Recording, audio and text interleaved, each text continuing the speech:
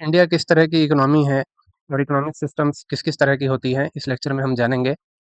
इससे पहले हमने सेंट्रल प्रॉब्लम्स ऑफ इकोनॉमी वाले टॉपिक में देखा था कि हर इकोनॉमी में कुछ डिसीजंस लेने होते हैं कि क्या प्रोड्यूस करना है, कैसे प्रोड्यूस करना है और किसके लिए प्रोड्यूस करना है।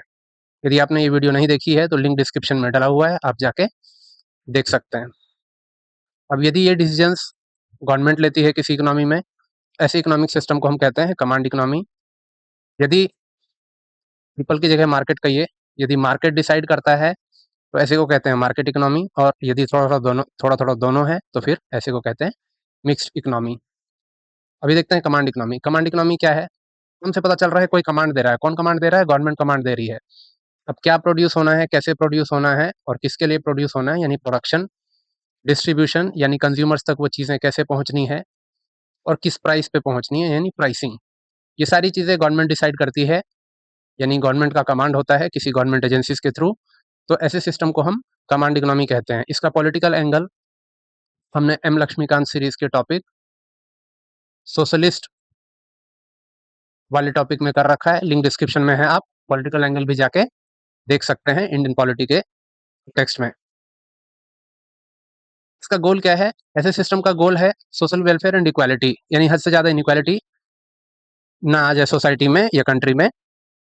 दूसरा कि हर किसी की नीड्स जो है फुलफिल हो जाए और जो रिसोर्सेज हैं कंट्री की वो अंडर कंट्रोल रहे गवर्नमेंट के। नॉर्थ कोरिया और फॉर्मर यूएसएसआर 1992 से पहले, ये कंट्रीज आपको इसके एग्जाम्पल के तौर पे दिख सकता है। माओइस्ट चाइना भी था एक टाइम पे, आज के डेट पे नहीं है। माओ के अंदर जो चाइना था उस टाइम भी आपको कमांड इकोनॉमी दिख सकता है। थोड़ा बहुत आपको प्री लिबरलाइज्ड एरा में, before 1991 LPG reform, liberalisation, privatisation and globalisation जो हमारी कंट्री में हुआ था, उससे पहले थोड़े थोड़े कमांड इकोनॉमी के जो सिम्टम्स हैं वो हमारे इंडियन इकोनॉमी में भी आपको दिख सकता है। आज के डेट पे ऐसा नहीं है। अब इसके फायदे क्या हैं? देखिए, सपोज करिए कि आज के डेट पे हमें हाईवे बनवाना है। अब यदि हाईवे बनवाना है तो हमारे यहाँ टिपिकली क्या होगा, हम अलग अलग कंपनीज को इनवाइट करेंगे बिड करने के लिए। फिर बिडिंग होगी, बिडिंग से फिर प्रोजेक्ट दिया जाएगा। फिर बिडिंग जीतने के बाद भी हो सकता है कि जो कंपनी बिडिंग जीते वो बोले लोन नहीं है, लोन नहीं मिल रहा। ये मान लीजिए कैपिटल, लेबर, लैंड, लैंड मतलब रिसोर्सेज, नेचुरल रिसोर्सेज जो चाहिए, वो इन चीज़ों के नखरे करे कि ये चीज़ें अवेलेबल नहीं हो पा रही, इसलिए प्रोजेक्ट जो है डिलेड पे डिलेड होता चला जाए। कमांड इकोनॉमी में ऐसा नहीं होगा क्योंकि गवर्नमेंट के कंट्रोल में है, तो mobilisation of resources will be very quick. फट से उनको पता है कहाँ से कौन सी चीज़ें आनी है, बैंक लोन, पैसा वैसा सब उनके पास ही है, उन्हीं के कंट्रोल में है। तो mobilisation of resources will be very fast. क्योंकि गवर्नमेंट ही सब कंट्रोल कर रहा है तो लेबर भी कंट्रोल कर रहा है, तो हर किसी को कुछ ना कुछ कैपेसिटी के अकॉर्डिंग किसी ना किसी जॉब में रखा गया होगा। तो जब रिसेशन आता है तो मार्केट इकोनॉमी में क्या होता है कि प्राइवेट प्लेयर्स के हाथ में डिसीजन होता है, कंपनियां फायरिंग पे फायरिंग करती हैं, तो मैसिव अनएम्प्लॉयमेंट दिखता है। ऐसा कमांड इकोनॉमी में जनरली देखने को नहीं मिलता है, यानी जॉब सिक्योरिटी होती है। दूसरा है प्राइवेटाइजेशन ऑफ कलेक्टिव वेलफेयर। अब कलेक्टिव वेलफेयर का मतलब ये समझिए हेल्थ केयर यानी हॉस्पिटल्स, एजुकेशन यानी स्कूल, कॉलेज या फिर drinking water, sanitation, public transport, ये सारी फैसिलिटीज़ जो हैं गवर्नमेंट को अपने पॉपुलेशन का आइडिया है, कॉलोनीज़ का सर्वे उनके पास है, उस हिसाब से ये चीज़ें जो है प्रायोरिटाइज़ की जाती हैं क्योंकि प्रॉफिट तो मोटिव है ही नहीं।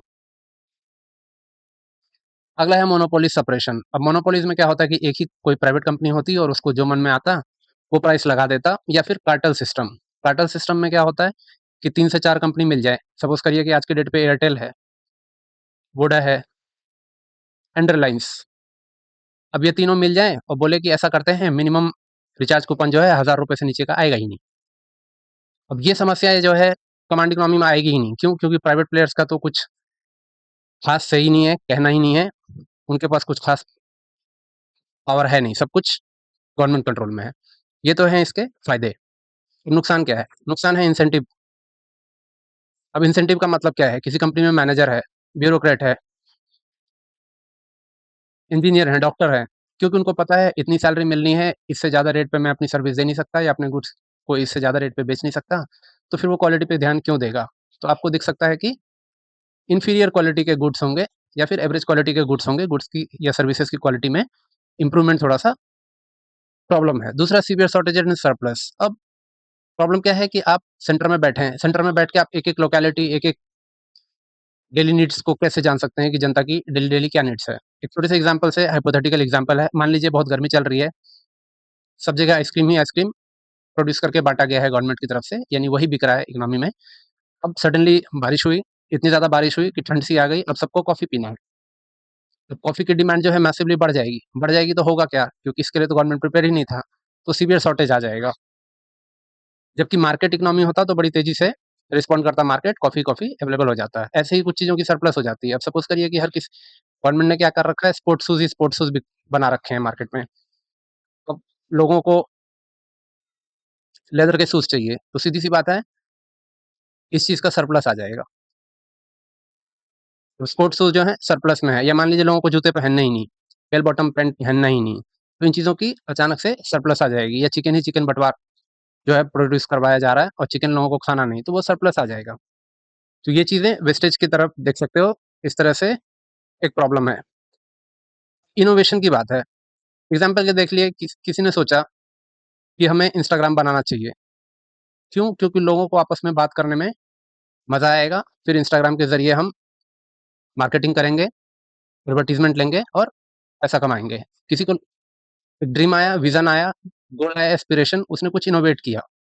इसी तरह से अलग-अलग सॉफ्टवेयर, माइक्रोसॉफ्ट ने सोचा कि एक विंडोज़ बनाते हैं, लोगों को ऑपरेटिंग सिस्टम प्रोवाइड कराएँगे। लेकिन अब कमांड इकोनॉमी में कोई क्यों करेगा ये चीज़? ना तो कॉम्पिटिशन है, तो किसी से खतरा है नहीं, जो जैसे बिक रहा है चलते रहने दीजिए। दूसरा, किसी को मोटिव नहीं है, किसी को प्रॉफ़िट तो होना है नहीं। गवर्नमेंट डिसाइड करेगी कि कितने प्राइस पे आप बेच पाओगे, तो फिर इनोवेशन जो है नहीं हो पाता, साइंटिफिक टेम्परामेंट घट जाता है। कंज्यूमर की चॉइस भी रेस्ट्रिक्ट हो गई, क्योंकि जो गवर्नमेंट डिसाइड करके 3-4 चीज़ें बिकवा रही है, उसी में से आपको कुछ चूज़ करना है। अब सेंटर में बैठे लोग जो हैं प्लानिंग कर रहे हैं, तो ये तो बड़ा ही क्लियर है कि ब्यूरोक्रेसी हद से ज़्यादा होगी। एक-एक लेवल पे बस फाइल पे फाइल पास हुए जा रही होंगी, और काम जो है बड़ी धीरे-धीरे चल रहा होगा, यानी slow decision making. Red tapism red red tapism मतलब ब्यूरोक्रेट्स जो है पकड़ के फाइल्स बैठ जाते हैं, आगे फाइल्स पास ही नहीं हो पा रही, प्रोजेक्ट्स जो हैं लटके हुए हैं। अब यदि ऊपर कोई पूछने वाला है नहीं, सारा का सारा पावर आपके पास है इकोनॉमिक डिसीजंस लेने के सेंट्रल अथॉरिटीज़ पे, तो करप्शन भी होगा ही। तो ये हैं समस्याएँ। अब इन समस्याओं को ही दूर करता है मार्केट इकोनॉमी, उसको हम नेक्स्ट में जानेंगे।